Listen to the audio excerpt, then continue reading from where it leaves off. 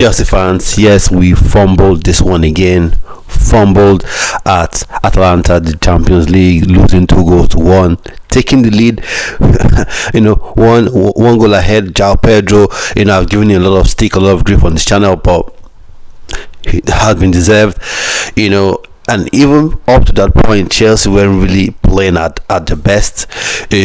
Atalanta, I think, had the better of the play for up to the point that Chelsea got that goal from João Pedro, and then you think to yourself, okay, now guys, we've got the goal. Now we kick on. Now we get some confidence and we begin to play properly.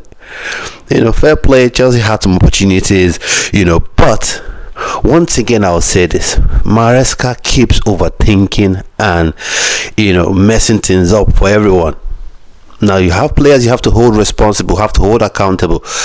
Reece James should have buried that goal in the second half. That would have been 2-0, and I think at that point, the 2-goal lead, then you probably shortens up and you win 2-0. Or even if Atalanta were able to get a goal, then you'd come up with some defensive ploy, to end the game 2-1. So he has to hold it for that one. And then Cucurella is to blame. I wouldn't say completely or solely, but Caicedo, responsible for that goal. In fact, the entire midfield down to defense. Because how do you see someone on the ball, the Belgian kid on the ball, coming towards you, and everyone was running towards the goal? No one was saying, let me engage this guy, let me be the one to stop him, stall him, let him get past me, let him dribble me, let him do some step overs to get past me, and that gives my teammates enough time to settle, or I even win the ball. But everyone was running backwards. So what were you expecting to happen? What were you expecting to happen? All these Chelsea players, and then boom, the shot. Someone to blame Sanchez. I think that shot was hit very powerfully, and then you see the price that Cucurella paid. That's the lazy defending price, where you're not actually putting your foot out to block the ball or clear the ball. You're just dangling your leg out there, and it deflects off you and makes life horrible for your goalkeeper. Now, I'm not saying Cucurella is a terrible person, because one thing I've seen with some Chelsea fans and a lot of fans of other clubs is, once you criticize a player in one game or in one instance, you don't rate the player, you're hitting on the player. No, Cucurella has been one of Chelsea's best performers this season, but in that regard, he was at fault. Same thing for Caicedo, and you can say for the backline as well. Now we'll talk about other players like Gittins. We'll come to Maresca very soon, but Jamie Gittins, what is wrong with the player? I don't think he has what it takes right now to play for Chelsea. I just don't think so. I know a lot of people rate him or pace. Even his pace, he couldn't use it today. Because at some point in the game, Maresca swapped him onto the other flank.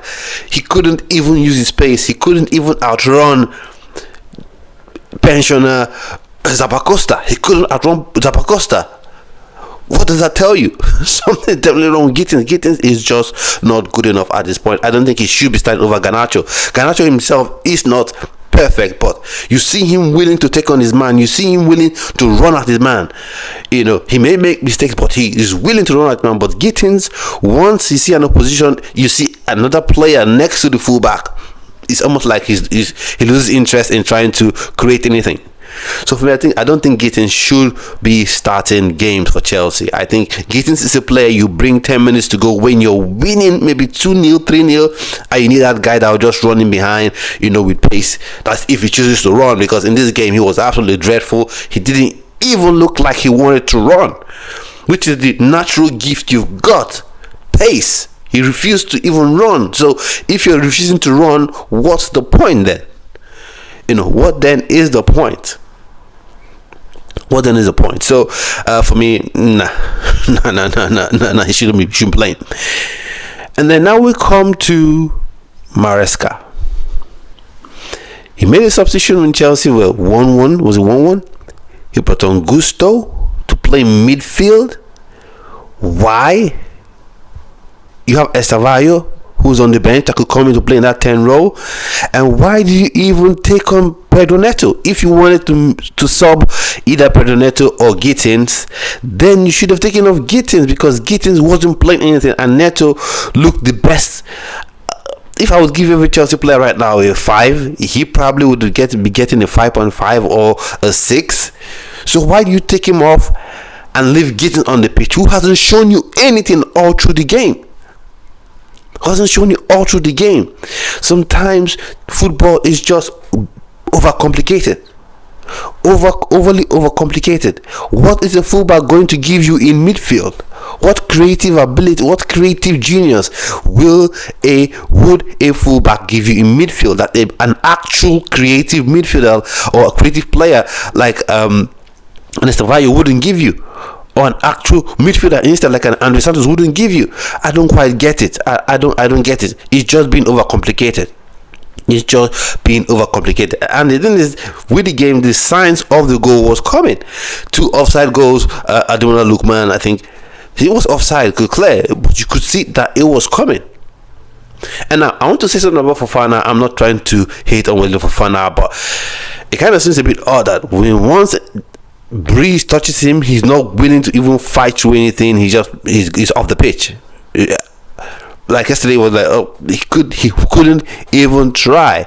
I think Chelsea should begin to look for a replacement for Fofana, not because he is a top centre back. He's shown it, right? He's shown he's a top centre back. But the problem is he can't be fit, and each time there's a little niggle. Harking back to those days, I know I'm the ancient man here, but you could see centre backs wrap bands round their bloody heads, and they go out playing. You see people have their limbs strapped, but they're playing. But nowadays, little contact and then you're off. So Chelsea should begin to look for the sort of centre back they want. Maybe you recall Anselmino. I was against his loan anyways. Maybe you recall Aaron Anselmino. So that's my total opinions on the game. Another game fumbled. Going into the Everton game, hopefully can get 3 points off that game, because it's becoming not winning is gradually becoming a habit. And I remember last season Maresca messed up the team against Everton, fumbled and overly tinkered with the Chelsea side that took on Everton, and after that the same thing, the whole Chelsea title challenging for Chelsea went down the drain, and it seems like it's the same thing again against Leeds United. Decided to fumble and fiddle and overly tinker with the team, and then if right now you're seeing Jude Bournemouth after losing to Leeds, Jude Bournemouth, and then you've gone now, you've lost Atalanta. If you go on and draw or lose to Everton, then that means what you're now doing is you're fighting for top 4. You're not even looking to remain in top 4. You're fighting for dear life to be in top 4. So that's my opinion on the game. And let me see what your thoughts and opinions are in the comment section. Please smash the like button so you can help this channel grow, and subscribe to the channel as well. And I'll see you on another video. Stay well. Bye bye.